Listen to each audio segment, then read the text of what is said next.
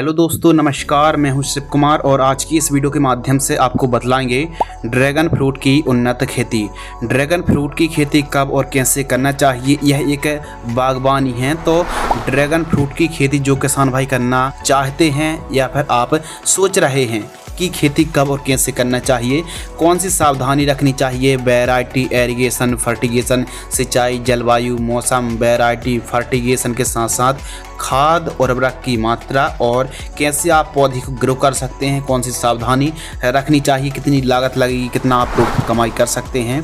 तो संपूर्ण जानकारी आपको इस वीडियो के माध्यम से मिलने वाली। चैनल पर पहली बार आए हैं तो चैनल को सब्सक्राइब कर लीजिए। चलिए शुरू करते हैं। वीडियो में आगे बढ़ने से पहले दोस्तों आपको बतला दें, ड्रैगन फ्रूट एक कैक्टस फैमिली का पौधा है जो कि बाजार में सबसे महंगा और सबसे स्वादिष्ट फल में से एक है, जिसकी मार्केटिंग की जो पूर्ति है आज तक नहीं हो पाई है। यानी मार्केटिंग डिमांड काफ़ी अधिक है और उतनी ज़्यादा पूर्ति या फिर उतनी ज़्यादा पब्लिक की पूर्ति नहीं हो पाती है। यानी जितनी डिमांड है उस हिसाब से उत्पादन नहीं निकाल पाते किसान भाई। तो कहीं ना कहीं ड्रैगन फ्रूट की खेती करके आप काफ़ी अच्छा प्रॉफिट कमाई कर सकते हैं। प्रॉफिटेबल यह बागवानी में से एक है।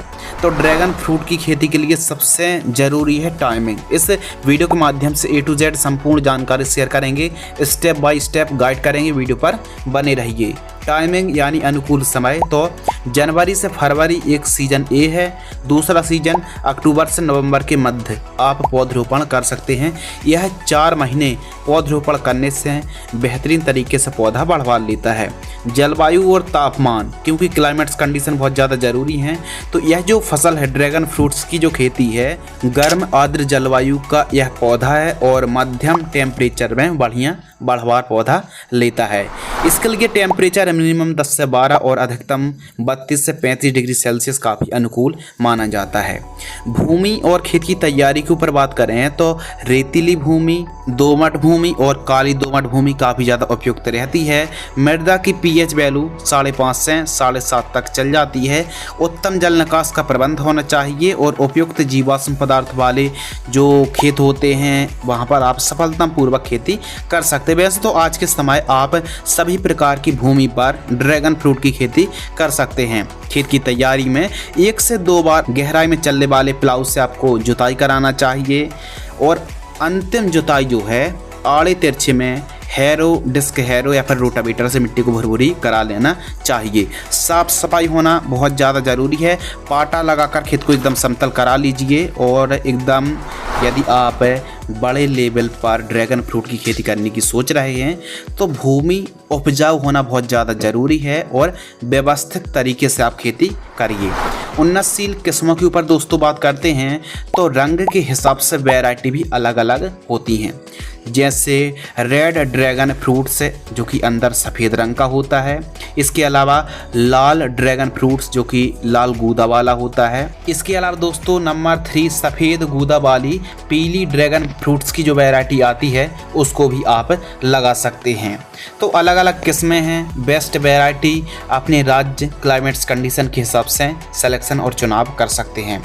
बेड तैयार के ऊपर बात करते हैं तो बेड किस प्रकार तैयार कराना चाहिए। बेड मेकर या फिर बेड राइजर से बेड तैयार करें। बेड से बेड की दूरी 10 फीट, बेड की चौड़ाई 3 फीट और बेड की ऊंचाई 1 फीट रखनी चाहिए। बेसल डोज के ऊपर दोस्तों बात करते हैं, जब आप पौधरोपण कर रहे हों तो उस समय इन खादों की पूर्ति करें। गोबर की खाद 2 trolley, DAP 50 kilo, SSP 100 kilo, इन सभी को मिक्स करके जब आप पौधरोपण कर रहे हों उस समय प्रति एकड़ की दर से प्रयोग करना चाहिए। प्रति एकड़ प्लांट्स के ऊपर दोस्तों बात करते हैं और बात करते हैं नर्सरी। तो जो फल बागवानी या फिर नज़दीकी कृषि विश्वविद्यालय से आप संपर्क करके ड्रैगन फ्रूट्स की जो कटिंग को आप खरीद सकते हैं और ड्रैगन फ्रूट्स की कटिंग को ही लगाया जाता है। 1 एकड़ में 2700 से 2800 पौधे की रिक्वायरमेंट पड़ने वाली है। प्लांट डिस्टेंस के ऊपर बात करते हैं तो लान से लान की दूरी 10 फीट और पौधे से पौधे की दूरी 8 फीट रखनी चाहिए। एक पोल में आपको जो आप पोल गड़ाएंगे आगे चल के उसके आसपास आपको 4 पौधे लगाने चाहिए और जो गहराई है 4 से 8 इंच गहराई पर आपको पौधरोपण करना चाहिए। आवश्यक सामग्री के ऊपर दोस्तों बात करते हैं जो कि काफ़ी ज़्यादा ज़रूरी है। इस फसल के लिए खंभे यानी पोल की आवश्यकता पड़ती है, जिसकी मदद से आप टहनियों को ऊपर करने में, पौधों को ऊंचाई में ले जाने में काफ़ी ज़्यादा हेल्प होती है। 400 पोल की आपको आवश्यकता पड़ने वाली है, जो कि 8 फीट लंबाई वाले और 4 से 5 इंच चौड़ाई वाले मजबूत होने बहुत ज़्यादा ज़रूरी हैं। पोल के बराबर आपको स्क्वायर रिंग की आवश्यकता पड़ेगी 24 इंच सर्कल वाले। इसके अलावा नर्सरी के ऊपर दोस्तों बात करते हैं तो जो पौधे हैं वो आपको ये मान लीजिए 40 रुपये से लेकर 60 रुपये के मध्य प्रति पौधा की आपको कीमत देनी पड़ सकती है। कीमत में पौधे आपको मिलेंगे। ड्रिप एरीगेशन के ऊपर दोस्तों बात करते हैं तो 20 mm बटन वाली जो ड्रिप है उसको आप लगा सकते हैं। मल्चिंग पेपर भी आप लगा सकते हैं, 30 माइक्रोन का मल्चिंग पेपर आप लगा सकते हैं।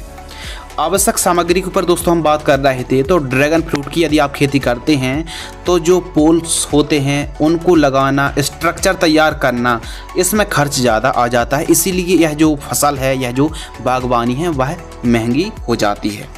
तो आपको खर्चा करना पड़ेगा, स्टार्टिंग पर ठीक तरीके से प्रिपरेशन करना पड़ेगा और अपने अनुभव, अपने विवेक का इस्तेमाल करते हुए बेस्ट वैरायटी का चुनाव करें, खेत की ठीक तरीके से तैयारी करें, पौधरोपण करें और जो स्प्रे बतला रहे हैं उनको ही फॉलो कर सकते हैं और अलग अलग जगह से भी जानकारी एकत्रित करके आपका फ़ायदा होगा। ड्रैगन फ्रूट के आप सफल किसान बन पाएंगे।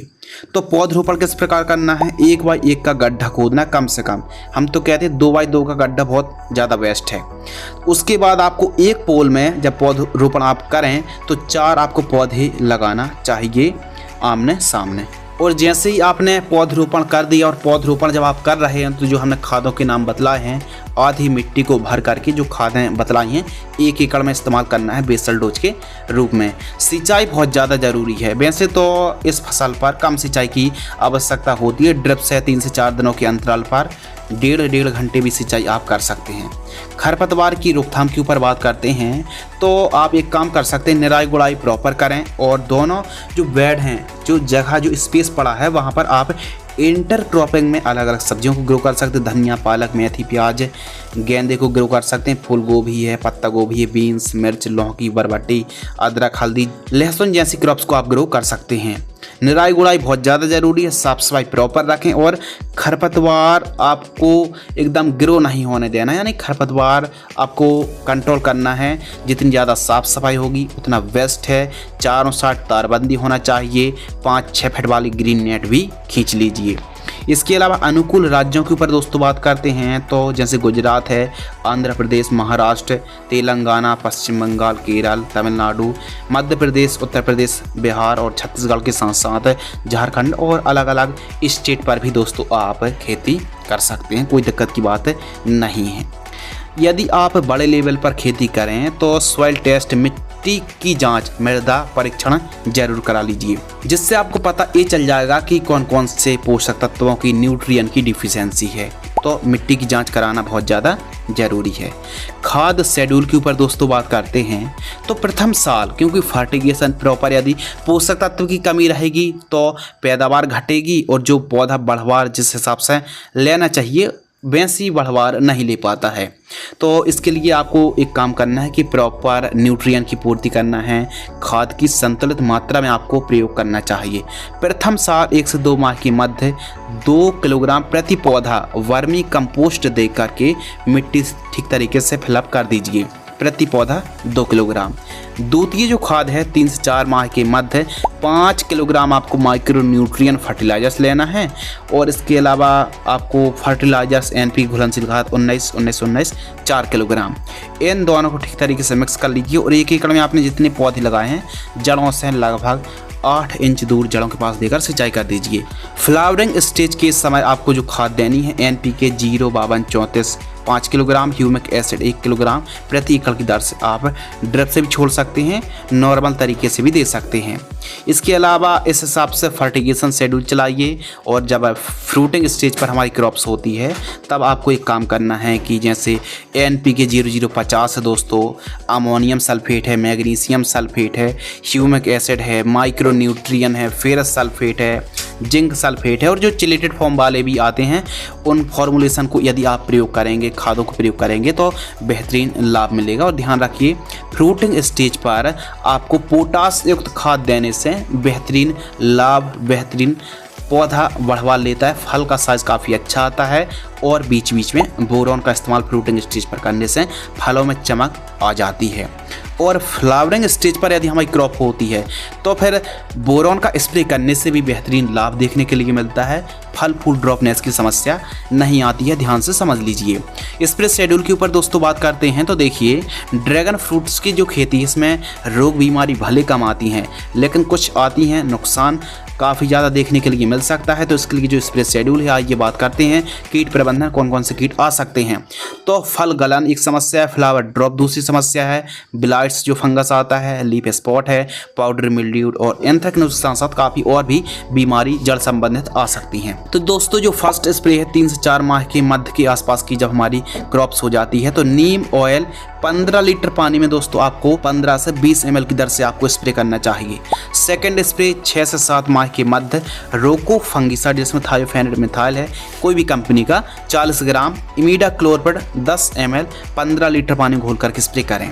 फ्लावरिंग स्टेज के समय जो स्प्रे करना है, सिजेंटा कंपनी की Amistar top fungicide 20 ml, Fantac plus tonic 10 ml 15 litre पानी घोल करके आप स्प्रे कर सकते हैं। तो इस हिसाब से दोस्तों आपको स्प्रे शेड्यूल चलाना है। बीच बीच में यदि कीटों का प्रकोप होता है तो नीम ऑयल है, फिश ऑयल है, और बीच बीच में आप एक काम कर सकते हैं कि जब फसल बढ़वा ले जाए तो स्टिकी ट्रैप भी लगाइए, पीला ट्रैप लगाइए, नीला ट्रैप लगाइए, और जो भी ट्रैप आते हैं लाइट ट्रैप, इनको लगाने से खेत में बीच बीच में गेंदे की लाइन लगाने से फसल एकदम स्वस्थ रहती है, रोग बीमारी का प्रकोप कम होता है। तो इन बातों को आपको ध्यान रखना चाहिए। अक्सर कमेंट्स आते हैं कि ड्रैगन फ्रूट्स की जो क्रॉप्स है, पीलापन पहली समस्या, दूसरी समस्या बढ़वार फसल नहीं ले पा रही है और बगीचे में उतनी अच्छी हार्वेस्टिंग, उतनी अच्छी फलों की क्वांटिटी देखने के लिए नहीं मिल पा रही है। तो ह्यूमिक एसिड का आपको इस्तेमाल यदि आप करेंगे तो जड़ों का काफ़ी अच्छा विकास होगा।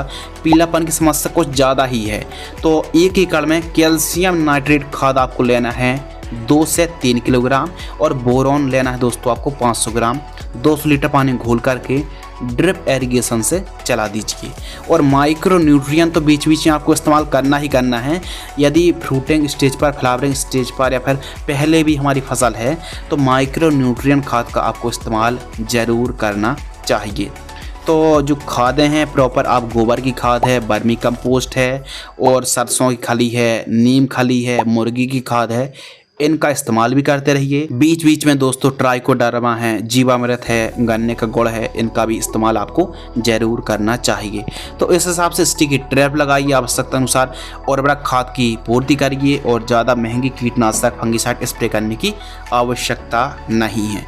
लेकिन हाँ, प्रॉपर जो कटिंग्स है, जो नीचे के पीले पत्ते होते हैं उनकी कटिंग करना बहुत ज़्यादा ज़रूरी है, साफ़ सफाई करना बहुत ज़्यादा ज़रूरी है, टॉप ड्रेसिंग करना बहुत ज़्यादा ज़रूरी है, मिट्टी को ज़रूर चढ़ाइए और ड्रिप जरूर लगाइए। इसमें सिंचाई जो दोस्तों है, ज़्यादा सिंचाई की आवश्यकता नहीं पड़ती, लेकिन जो टपक सिंचाई पद्धति को आप अपनाकर काफ़ी शानदार तरीके से फसल को बना सकते हैं, ग्रो कर सकते हैं। तो इन बातों को ध्यान रखें। और ड्रैगन फ्रूट्स की एक ऐसी फसल है जो कि लागत भले लग जाए, लेकिन आउटपुट यदि आप व्यवस्थित तरीके से ड्रैगन फ्रूट की खेती करते हैं तो आपको काफ़ी अच्छा फ़ायदा होने वाला है और काफ़ी अच्छा आप इस क्रॉप से प्रॉफिट निकाल सकते हैं। अब जो प्रथम हार्वेस्टिंग के ऊपर दोस्तों बात करें तो 1 साल से 1.5 साल के आसपास का पौधा होता है तो फल स्टार्ट हो जाती है, यानी हार्वेस्टिंग शुरू हो जाती है। लेकिन इसका मतलब ये नहीं है जब तक पौधा, क्योंकि 2-3 साल का पौधा होता है तब पूर्ण विकसित माना जाता है। 2 साल के पौधे से काफ़ी अच्छा उत्पादन मिलना शुरू हो जाता है। तो 1-1.5 साल से हार्वेस्टिंग शुरू तो हो जाती है। लाइफ साइकिल के ऊपर दोस्तों बात करते हैं, एक बार लगाने पर कम से कम 20 से 22 साल बड़े आराम से यह फसल चलने वाली है। उत्पादन के ऊपर बात करते हैं तो 2 साल का पौधा पूर्ण विकसित पौधा माना जाता है, जिसमें 6 टन के आसपास यानी 60 क्विंटल के आसपास उत्पादन देखने के लिए मिलेगा। अब जैसे जैसे पौधा विकास करता जाएगा उस हिसाब से उत्पादन बढ़ने वाला है। लागत के ऊपर दोस्तों बात करते हैं, क्योंकि आप 1 एकड़ पर जो पोल्स लगाएंगे तो जो पोल्स हैं, प्लांट का खर्च है और जो लेबर का खर्च है, खाद स्प्रे जो भी आप प्लांटेशन के समय या फिर स्टार्टिंग पर जो खर्च लगेंगे 3.5 लाख रुपए से 4 लाख रुपए के आसपास आपको 1 एकड़ में खर्च आने वाला है। अब रही बाजार भाव के बारे में बात, यानी मार्केटिंग रेट, तो 1 किलोग्राम की जो कीमत है ड्रैगन फ्रूट्स की 200 रुपये से लेके 300 रुपये, कम से कम 200 से 300 रुपये के आसपास प्रति किलोग्राम की हमको कीमत देखने के लिए मिलती है। यदि हम 180 रुपये केजी का ही रेट मान लेते हैं, यानी 18,000 रुपये क्विंटल। यदि दोस्तों हम 18,000 में 50 का इंटू कर देंगे तो 9 लाख रुपए के आसपास हमारा मुनाफा आ गया। अब 9 लाख में से 4,000 घटा देंगे तो जो हमारा नेट प्रॉफिट है वो 5 लाख रुपए के आसपास नेट प्रॉफिट आ गया। अब दोस्तों आपको हर साल इतनी लागत नहीं लगेगी, यानी 4 लाख रुपए के आसपास इतनी लागत नहीं लगेगी। और जैसे जैसे पौधा विकास करता जाएगा, जैसे जैसे बाजार भाव आपको अच्छे मिलेंगे, पैदावार बढ़ेगी तो आमदनी भी बढ़ जाएगी। अब जो आपने लागत लगाई 4 लाख रुपए के आसपास, यदि उसको आप अलग कर देंगे 3-4 साल बाद, तो आपकी जो आमदनी है हर साल, ये मान लीजिए 8 लाख रुपए से 10 लाख रुपए के आसपास आप 1 एकड़ से कमाई बड़े आराम से कर पाएंगे। तो ड्रैगन फ्रूट्स एक ऐसी बागवानी है जो कि आगे चल के कम लागत पर एक अच्छा प्रॉफिट आपको दिला सकती है। तो हमारे किसान भाई यदि जो नए हैं ड्रैगन फ्रूट की खेती करने की सोच रहे हैं, या फिर सोच रहे हैं कि हमारे इधर ग्रो हो पाएगी या फिर नहीं, तो आप 1 बीघे पर या फिर थोड़ी बहुत जगह पर भी ड्रैगन फ्रूट के पौधे को लगा कर देखिए। यदि अच्छी बढ़वाल लेते हैं, अच्छे तरीके से ग्रो होते हैं, तो आप भी ड्रैगन फ्रूट का रकबा बढ़ा सकते हैं, बड़े लेवल पर खेती कर सकते हैं। तो आज की इस वीडियो के माध्यम से दोस्तों आपको हमने बतलाया ड्रैगन फ्रूट की उन्नत खेती के बारे में। यदि आपको यह वीडियो पसंद आती है तो वीडियो को लाइक करें, चैनल को सब्सक्राइब करें। जय हिंद, वंदे मातरम।